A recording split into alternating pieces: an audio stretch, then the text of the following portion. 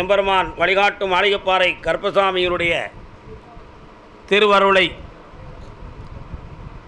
அன்புடன் கருதி இந்த ஆலயத்திற்கு மன ஆறுதலை நோக்கி வந்திருக்கிற எல்லா பக்தர்களுக்கும் நம் கருப்பசாமியினுடைய அருள்மிகு சக்திகளை மாண்புகளை மனிதர்களுக்கு கொடுக்கின்ற மனக்குறை தீர்க்கின்ற மகா சக்தியை யூடியூப் சேனல் மூலமாக உலகமெங்கும் பார்த்து கொண்டிருக்கிற எல்லா பக்தர்களுக்கும் எனது வாழ்த்துக்களும் நம் ஐயன் கருப்பசாமியினுடைய அருளும் ஆசியும் கருணையும் உங்களுக்கு கிடைத்து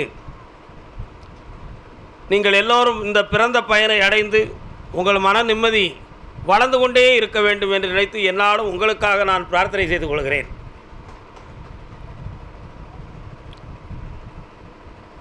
எல்லா உலகத்தில் எல்லா உயிரினங்களுக்கும் அடிப்படையானது மனசு.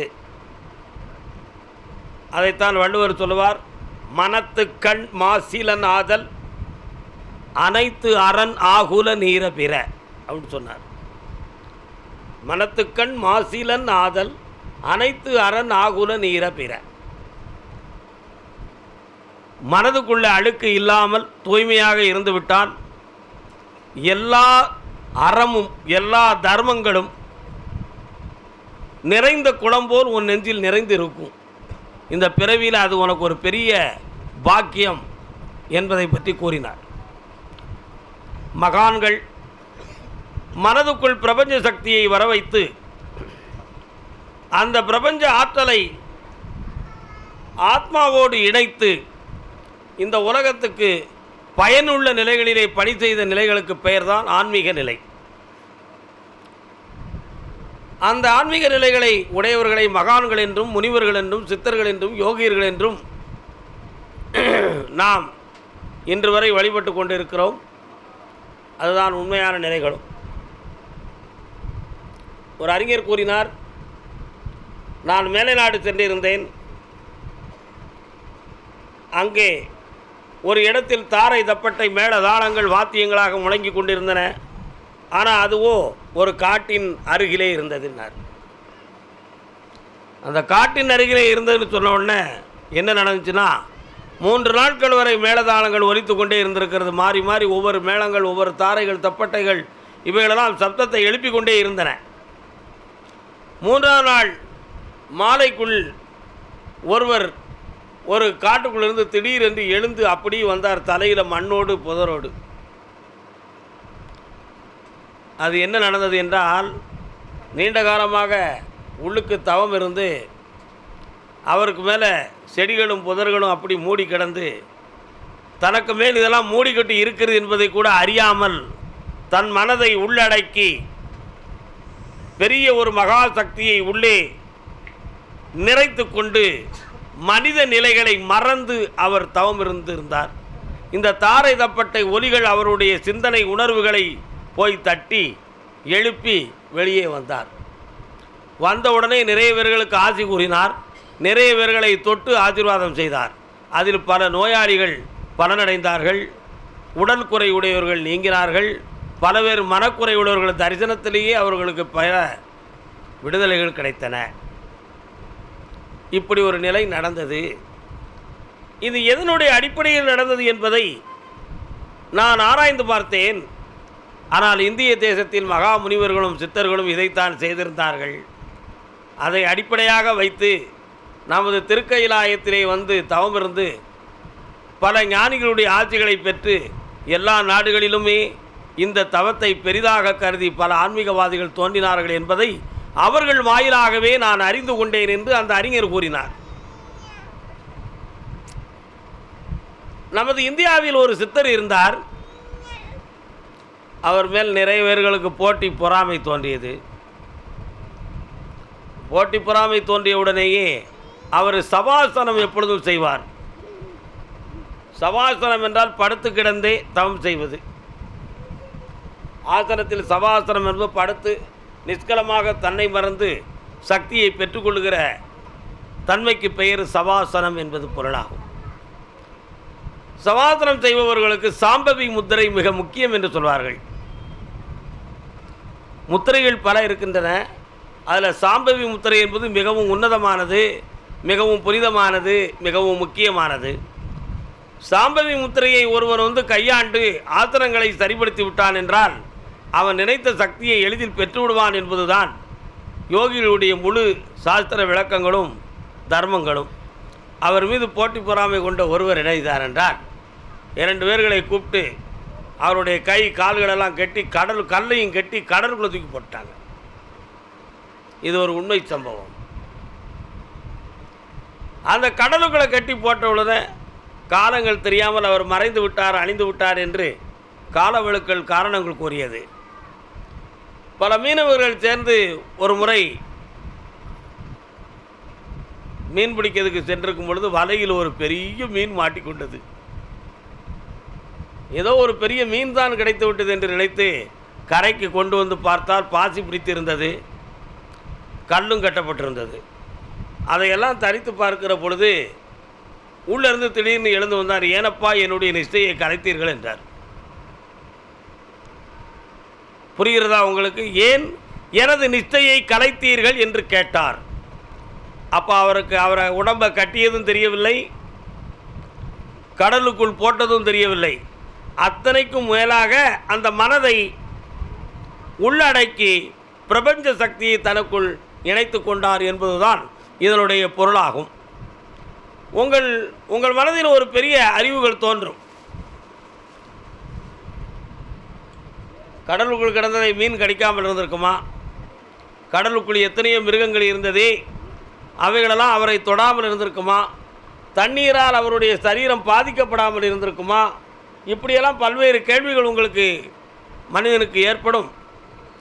ஆனால் அத்தனையும் நடந்தது உண்மைதான். அவருடைய சரீரத்தை எதுவும் ஒன்று செய்ய முடியவில்லை. அதற்கு என்ன காரணம் என்பதுதான் இங்கு விஷயம். ஒரு மாடு ரோட்டில் நடந்து போயிட்டு இருக்கும் பொழுது மாட்டுக்கு உரியவர் வந்தால் அது வளைந்து கொடுத்து போகும். மாட்டுக்கு உரியவர் இல்லாமல் யாராவது வந்தால் கொம்பையும் முகத்தையும் செலுப்பி கொண்டு போகும். அந்த மாட்டுக்கு இது அடுத்தவர் என்று எப்படி தெரிந்தது? உணர்ச்சிகள் மூலமாக. இந்த மாதிரி எல்லா மிருகங்களுக்குமே அப்படி ஒரு உணர்வலைகள் இருக்குது. அந்த உணர்வலைகள் எப்படி வெளிப்பட்டன என்றால் உள்மனதிலிருந்து சுவாசத்தின் வாயிலாக அதனுடைய ஜீவகாந்த சக்தியின் மூலமாக அது உணர்த்தப்பட்டிருக்கு. அதே மாதிரி மனதை உள்ளடக்கி நிஷ்டையில் இருந்த மகானுடைய சரீரத்தில் ஜீவகாந்த சக்தியும் பிரபஞ்ச சக்தியும் படர்ந்து இருந்த காரணத்தினால் மற்ற எந்த உயிரினங்களையும் எந்த விஷயத்தையும் பக்கத்தில் தொடவிடாமல் அது நிறுத்திவிட்டது. இப்படித்தான் அழியா முக்திகளோடு பல மகான்களும் யோகிகளும் இன்றும் கூட ஜீவசமாதியாக நம் நாட்டில் இருந்து கொண்டு இருக்கிறார்கள். அண்மையில் ஒரு 7 ஆண்டுகளுக்கு முன்னால் செய்தித்தாளிலே ஒரு செய்தி வந்துச்சு. பழைய இடங்களை எல்லாம் நாங்கள் உடைத்து பிரித்து பார்த்து கொண்டு இருந்தோம். தமிழ்நாட்டில் தான் அதில் செய்தி இருந்துச்சு. அப்பொழுது 300 ஆண்டுகளுக்கு முன்னால் தவம் இருந்த ஒருவருடைய ஒரு சரீரம் தேடி எடுக்கப்பட்டது. கை கால்களை மட்டும் அசைத்தது, வாய் பேசவில்லை என்று செய்தித்தாளிலே ஒரு செய்தி வந்தது. என்ன நடந்திருக்கிறது? யோக நிலையில் அவர் அப்படி நிஷ்கலமாகி அழியா முக்தியோடு சரீரம் அழியா வண்ணம் தனக்குள் உட்கார்ந்திருந்தார் என்பது பொருளாகும். இப்படி மகான்கள் சித்தர்கள் தன் சரீரத்தை அழித்து கொள்ளாமலேயே தவத்தில் தன்னை உள்ளடக்கி கொண்டு இருக்கிற ஒரு ஆற்றல் நம்முடைய நாட்டில் ஒரு மகத்துவமான ஞான சக்தியாகும். அவர்களுடைய எண்ண அலைகள், அவர்களுடைய அதிர்வலைகள், அவர்களுடைய ஜீவகாந்த சக்திகள் நம் மீது படுகிற பொழுதெல்லாம் நம்முடைய எண்ணங்களும் நம்முடைய கோரிக்கைகளும் நிறைவேறக்கூடிய பல்வேறு விஷயங்களுக்கு அது நமக்கு வழிகாட்டியாக இருக்கிறது. ஆனால் தான் சித்தர்கள் வழிபாடு, மெய்ஞானிகள் வழிபாடு இந்த உலகத்தில் உன்னதமானதென்றும் உயர்ந்தது என்றும் நாம் இதுவரை போற்றி புகழ்ந்து கொண்டும் வரையறுக்கப்பட முடியாத அளவிடாத வணக்கங்களையும் பக்திகளையும் அவர்களுக்கு முன் நாம் செலுத்தி கொண்டு இருக்கிறோம் என்பதுதான் இந்த இடத்திலே மிக முக்கியமாக நாம் தெரிந்து கொள்ள வேண்டிய ஒரு விஷயமாக உள்ளது. இந்த மனசு அப்படிங்கிறத பற்றி நம்ம சொல்லுகிற பொழுது ஆஞ்சநேயர் அனுமானை நம்ம நினைக்க முடியும். உள்ளடக்கி தன்னுடைய ஆன்மாக்குள் தன்னுடைய மனதையும் உணர்வையும் அடக்கிவிட்டால் ஜீவகாந்த சக்தி எழுகிற பொழுது சரீரமும் கூட எழுகின்ற ஒரு ஆற்றலை பெறும்னு சொல்கிறான். அதான் போகர், சித்தர் இவங்களெல்லாம் இருக்க இடத்துலேருந்தே காற்றில் பறந்து செல்லக்கூடிய சக்தியை பெற்றிருந்தார்கள் என்று ஒரு விஷயத்தை நம்ம படித்திருப்போம், தெரிந்திருப்போம். சித்தர்கள் இங்கே இருக்கிறது மாதிரி இருப்பாங்க, எங்கேயோ போய் நிற்பாங்க. சூட்சம சரீரத்தால் சென்றவர்களும் உண்டு. இந்த பரிசத்தரிசத்தாலேயே ஸ்பரிச உடலாலேயே பறந்து சென்ற மகான்களும் உண்டு. அப்படியெல்லாம் இருக்கிறது.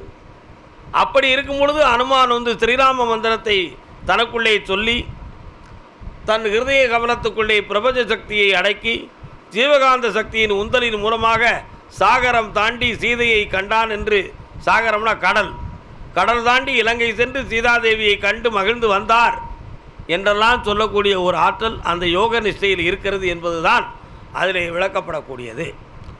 பல பேர்கள் வாதிக்கலாம், ராவணனிடம் நீதி இருந்தது, ராவணன் நல்லவன் என்று சொல்லலாம்.